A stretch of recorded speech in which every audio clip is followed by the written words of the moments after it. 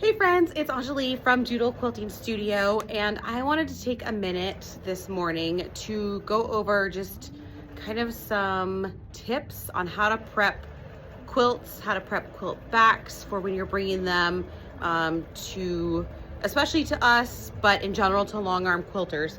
Just a few things that we like to have that make our jobs easier so that we can make your quilts beautiful and finished and wonderful, and not have to stop and kind of fix things or have any delays or anything like that when we're getting ready to put your quilt on the frame. So first things first, I have my handy whiteboard here, and I wanted to illustrate a few things, and I do have some quilts that I'm going to show it on, but just kind of I was like, this might be easier. So the first thing is that when you bring your backs to us, we ask for 3 to 4 inches extra all the way around the quilt back, so bigger than the quilt top. So in my illustration here, I'm short, but in my illustration here, my example quilt is 60 by 60, okay, the black square. My quilt back is the blue square, so that should be between 66 to 68 inches square, okay? So we want 3 to 4 extra inches top, bottom, and each side, okay? And that's the reason we do that is you can see the frame behind me here, and you can't, what you see hanging off is actually batting, so you can't see the backing there, but there are bungees holding the tension on the side there, okay? So that 3 to 4 extra inches comes into play when we load the quilt onto the leaders, so at the top and the bottom, we load the quilt back onto the leader at the top and the bottom. So that 3 to 4 extra inches accounts for, we typically lose about an inch or so, inch and a half, depending on the fabric, when we put it on the leader, okay? So that gives us then a little bit of wiggle room to fit that quilt top in, okay? And then on the sides, of course, the reason we need that extra is because then we put our bungees onto the sides, and that holds our tension side to side, okay? That's especially important when we have stretchy fabrics, so like minky, which is actually what's on this. Like I said, you can't see it because I've got the batting over it, but minky or flannel, and sometimes even with the extra wide backings, okay? So with the extra wide backings, we really recommend that when you're buying them, I feel like most quilt shops already do this, but you ask them to tear the fabric instead of cut the fabric, because the extra wide fabrics, when they get rolled on the bolts, they're not always rolled straight, okay? So if you just cut it, sometimes what happens is then, right, so if they cut it off for you, use my handy whiteboard, instead of having a nice straight line, I'm using a green, that's hard to see, right? Then we end up with a back that goes like this, okay? So from personal experience, I have seen wide backs come off the bolts, and we've torn to straighten the edge, and one end might be 1/2 inch to 1 inch. The other end is about 3 to 4 inches, okay?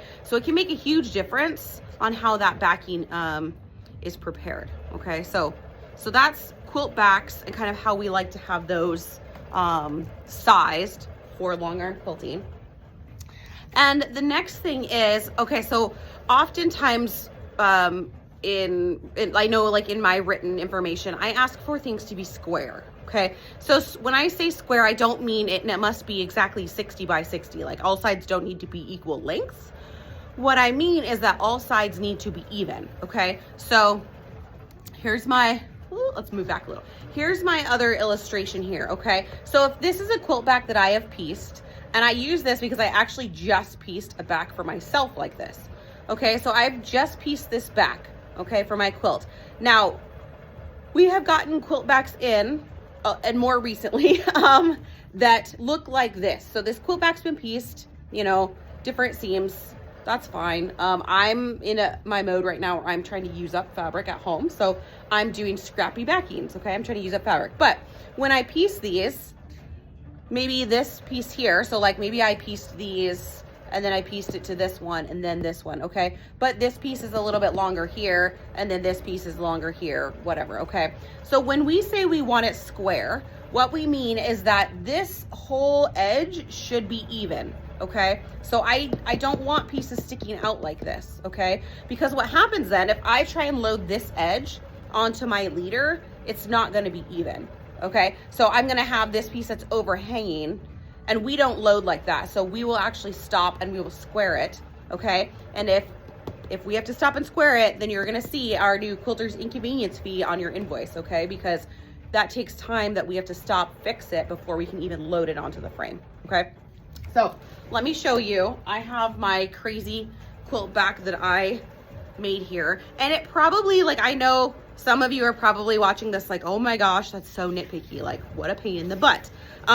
And maybe, but we're the ones that have to load it. And so we need it to be easy. We need it to be straightforward. And right now, with our current turnaround time, which is 4 to 5 weeks, we really need things to be prepped so that we can get them on the frame, okay? So this is my quilt back, okay? And this is what I was saying. So see how that's not even? This sticking off here, okay? So now, to be fair, this is directional, so I'm probably gonna load it this way, right? And this seam is even. Let me hold it up so you can see. This seam is even, okay? So that, you know, I could load it that way, but we don't necessarily always get the backs that are like, maybe it's not directional fabric or you have more pieces and you don't care. What we really do want is we want all sides to be even as far as everything the same length at the edge, okay? So we don't want pieces hanging off like this, okay? Because we do have to stop and fix those, and that just takes more time, right? It slows down our loading process, okay? Now the other thing that I want to also point out, which I actually didn't do here, but I will before I load it, is at this edge right here, okay?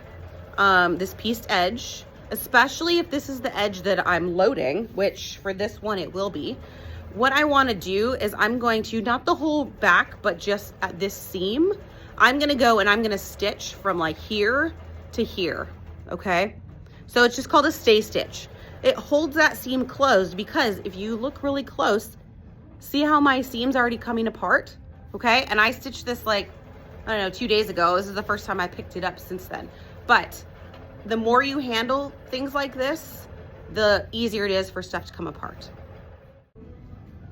Okay, so we've kind of covered backings and how to prep those. So now I want to talk about quilt tops and how ideally we'd like to see those prepped. So for quilts that have, you know, long borders or things like that, where you don't have piecing to the edge, those probably don't necessarily need to be stay stitched. If you have seams at the edge, even if you have a long border and they are just, you know, aren't holding, then go ahead and stay stitch those, okay? But quilts like this one behind me, this chandelier quilt, there's piecing and there's bias all the way to the edge, okay? So she actually did stay stitch, and by stay stitch I mean just victory lap it around. When you're done piecing it, just stitch all the way around the edge. So I'm going to show you on this quilt that I made. This is the quilt that goes with my crazy back, okay? But I have piecing all the way to the edge of this quilt, okay?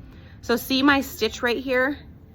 So I just stitched a 1/4 inch or less right at the edge of the quilt, okay? Because I have seams, let's see if you can see that, right? I have seams right there that as I, you know, was handling the quilt when I was done, we're starting to kind of come apart, okay? So what that does, it just helps us keep everything straight and clean and even at the edge. We do stitch around it when we put it on the long arm, we baste it down.